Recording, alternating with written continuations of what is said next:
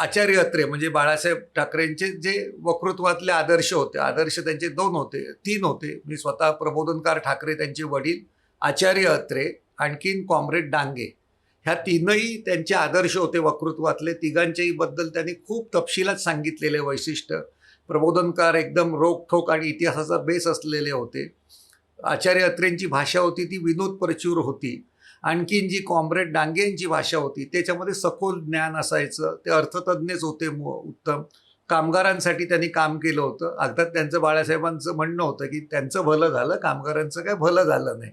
पण ठीक आहे, पण त्यांचं वक्तृत्व होतं ते यांनी स्वीकारलं होतं. तर आचार्य अत्रे म्हणायचे की मराठी माणसं ही दगडी कोळशासारखी आहे, म्हणजे आधी पेटत नाही आणि पेटली तर विझत नाही.